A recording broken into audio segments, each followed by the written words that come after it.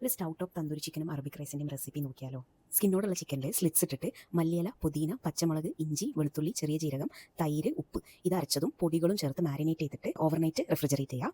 Flame on ചെയ്യാതെ skin side മുകളിലായി വരുന്ന രീതിയിൽ ചിക്കൻ പാനിൽ വെക്കുക. ഒരു 2 ടേബിൾ സ്പൂൺ വെള്ളം ഒഴിച്ചു കൊടുക്കുക. എന്നിട്ട് ഹൈ ഫ്ലെയിമിൽ 5 മിനിറ്റ് വെക്കുക, അടച്ചു വെച്ചിട്ടോ. അതിനുശേഷം ഏറ്റവും ലോ ഫ്ലെയിമിലേക്ക് മാറ്റിയിട്ട് തിരിച്ചു മറിച്ചിട്ടിട്ട് കുക്ക് ചെയ്തെടുക്കുക. അടച്ച് വെച്ച് കുക്ക് ചെയ്യണം, കുറച്ച് ടൈം എടുക്കും. കുക്ക് ആയി കഴിഞ്ഞാൽ പിന്നെ ഫ്ലെയിം ഒന്ന് കൂട്ടി വെച്ചിട്ട് ചിക്കൻ്റെ കളർ ഒന്ന് ചേഞ്ച് ചെയ്തിട്ട് ഫ്ലെയിം ഓഫ് ചെയ്ത് അവിടെ മാറ്റി വെക്കുക.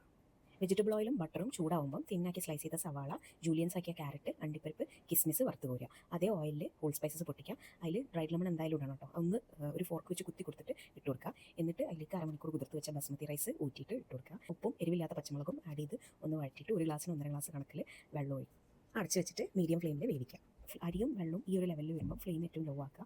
എന്നിട്ട് അതിലേക്ക് ഫ്രൈ ചെയ്ത ഐറ്റംസും നേരത്തെ റെഡിയാക്കി വെച്ച ചിക്കനും വെച്ച് കൊടുക്കുക. പിന്നെ ഒരു കോള് ഒന്ന് കത്തിച്ചിട്ട് അതും ഒന്ന് സ്മോക്ക് ചെയ്യുക. അലുമിനിയം ഫോയിൽ കൊണ്ട് കവർ ചെയ്തിട്ട് 10 മിനിറ്റ് അതേപോലെ ലോ ഫ്ലെയിമിൽ വെക്കുക. ഓഫ് ചെയ്തിട്ട് വീണ്ടും ഒരു 10 മിനിറ്റ് വെക്കുക. 10 മിനിറ്റ് കഴിഞ്ഞിട്ട് തുറന്ന് റൈസ് ഒന്ന് മിക്സ് ചെയ്തിട്ട് സെർവ് ചെയ്യാം.